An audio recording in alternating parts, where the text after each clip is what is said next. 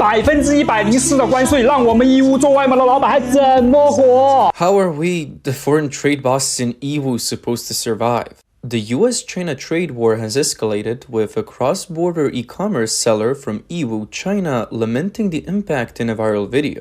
The sky is falling. On April 10th, a blogger posted a video saying that after only 2 weeks of starting his cross-border e-commerce venture and getting his office set up, the US raised tariffs on Chinese goods. 兄弟们，我上周刚说完做跨境难。 My brothers, just last week I was talking about how difficult cross-border trade is, and now my office is already packed up, and the Americans have announced new tariffs.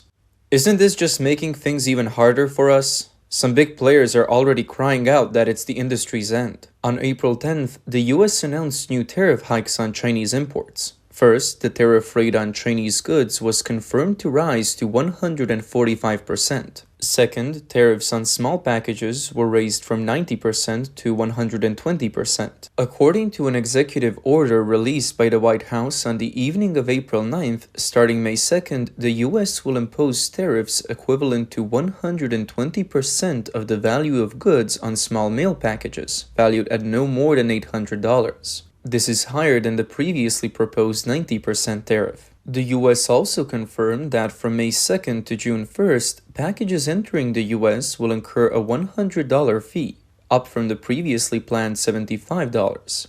After June 1st, each package will incur a $200 fee instead of the previously announced $150. Small mail packages refer to foreign imports under $800 that are usually exempt from tariffs under the de minimis rule.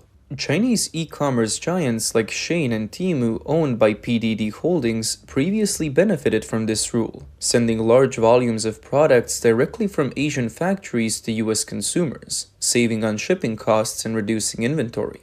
The sharp increase in tariffs on small mail packages entering the US has made life even harder for cross-border e-commerce businesses. On April 10th, a vlogger released a video analyzing the impact of the soaring tariffs on US cross-border merchants, expressing concerns about future trends of internal market competition. 好了，这次关税是真超100%了。 Alright, this time the tariffs are really over 100%. For those doing business in the US market, it's going to be tough. Take Amazon, for example. It's basically impossible to continue. And the same goes for TikTok. Of course, some merchants are either shifting to Southeast Asian markets or platforms like Taobao in China. Some say, fine, I won't focus on the US market, I'll use other channels. That means you don't know foreign trade. The purchasing power in the US is on a completely different level compared to Southeast Asia. It's a whole different scale. The vlogger noted that when cross-border e-commerce shifts to domestic markets, it becomes a price war. In foreign markets, businesses can sell at higher prices, but domestically, they must compete on prices. As many sellers turn their focus back to domestic markets, the increased costs for products entering the US will likely lead to more competition.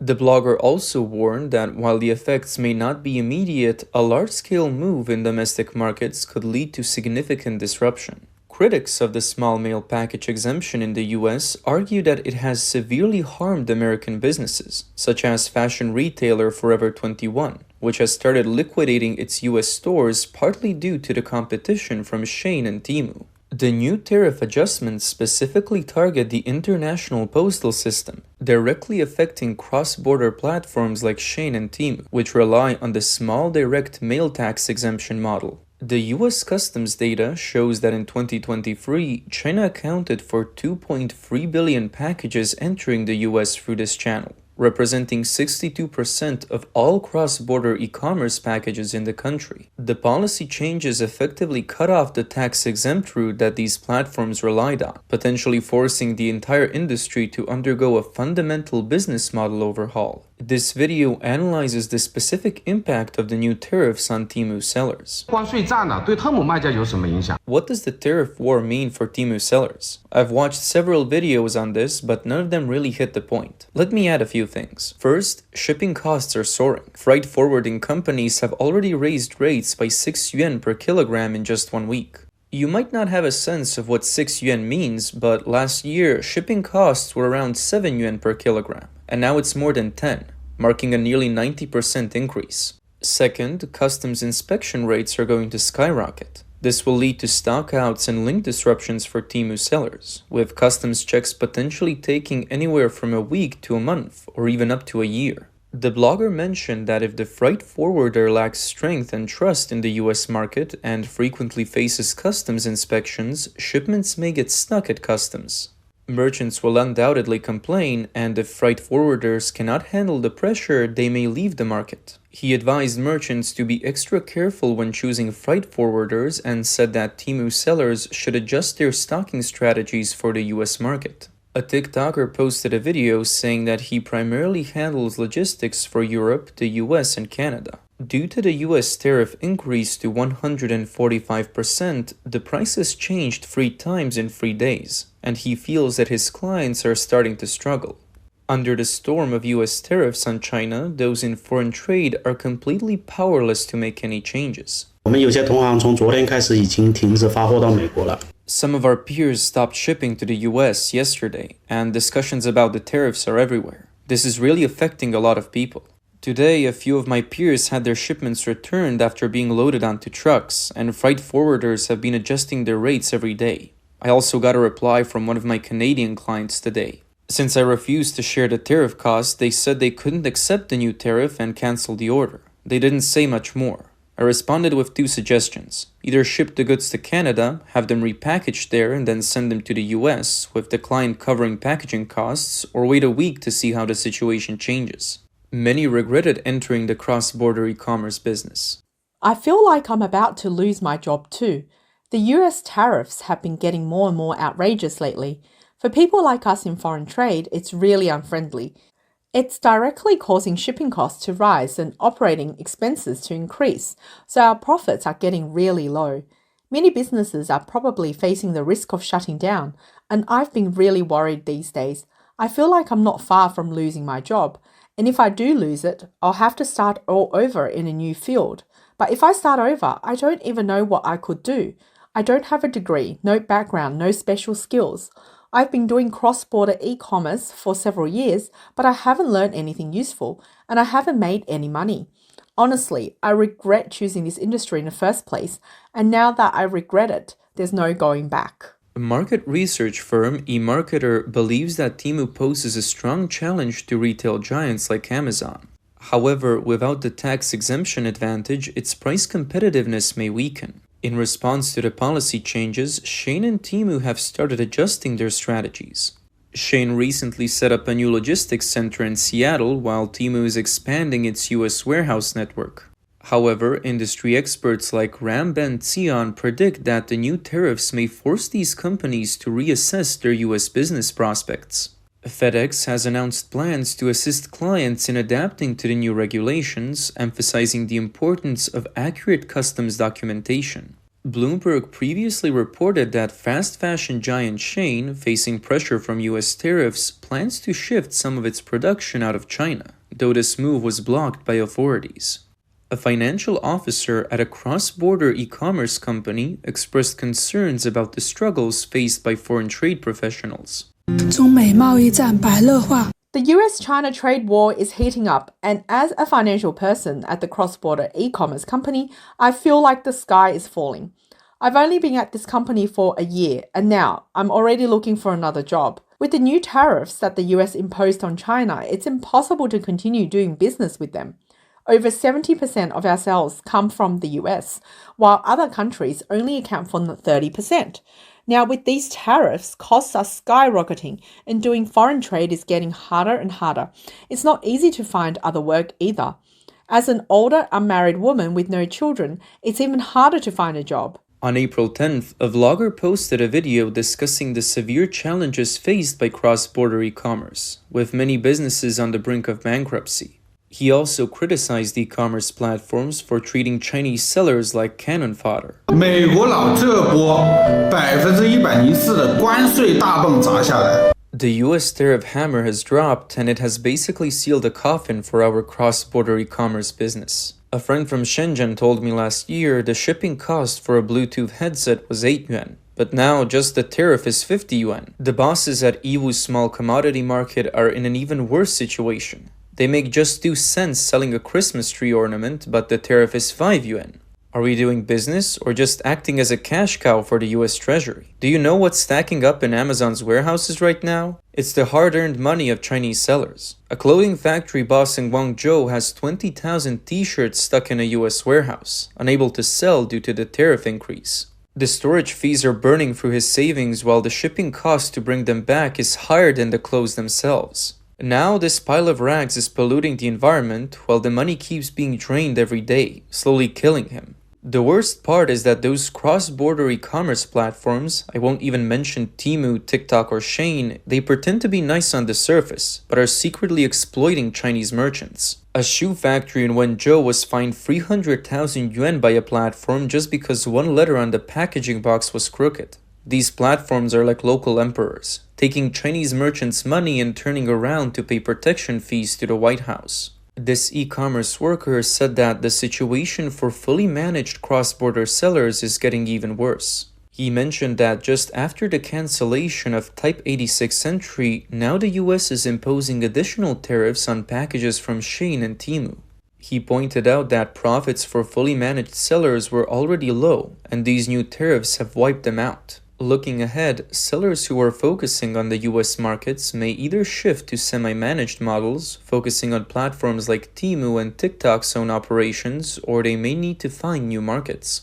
Due to the new tariff policies, first-leg shipping costs on Amazon have skyrocketed, putting immense pressure on sellers. This is driving us crazy. Costs are visibly increasing. Yesterday, the freight forwarder sent us a logistics quote, and the shipping cost per kilogram went up 2 yuan compared to last week. Today, they sent another one, and it's gone up 3 more yuan. The price for Myson delivery, a fast customs clearance service, has risen to more than 20 yuan per kilogram, which is absurd. Normally, shipping costs fluctuate by 50 cents to 1 yuan, but because of the tariffs, they've jumped 5 yuan per kilogram in just 1 week. Due to the unstable tariff policy, freight forwarders have also issued exaggerated announcements. For every additional 10% tariff increase, the cost per kilogram for tax-included shipping will rise by 0.5 yuan. I was about to ship a large batch of goods this week, about 60 or 70 boxes, totaling over 1,600 kilograms. With the new rates, my costs will increase by over 7,000 yuan. This is just too tough. We have no choice but to stop using Myson and switch all shipments to regular freight, sacrificing some delivery speed to save on costs. He noted that with such significant increases in US tariffs, both large and small sellers are struggling to stay afloat. Under these conditions, there might be no profit left at all. In an interview with Taiwanese media TVBS, Professor Wu Darren from the Economics Department at the Central University stated that the US has strong consumer power, representing a third of the global consumer market. If China's cross-border e-commerce loses the US market, finding a replacement market would be very difficult. He said, quote, "If it's not handled well, there is a real risk of bankruptcy." On April 10th, Reuters reported that Wang Xin, the president of the Shenzhen Cross-Border E-Commerce Association, which represents over 3,000 Amazon sellers, said that this is not just a tax issue, but the entire cost structure is becoming unsustainable. He said, quote, "Any company trying to survive in the US market will face extreme difficulties," unquote. Wang Xin pointed out that tariffs may cause customs delays and increased logistics costs, making it hard for businesses to survive in the US market. He said, quote, "For everyone involved in the cross-border e-commerce, this is indeed an unprecedented blow," unquote. US tariffs on small and medium-sized businesses and manufacturers are a severe setback and could rapidly push up unemployment rates in China.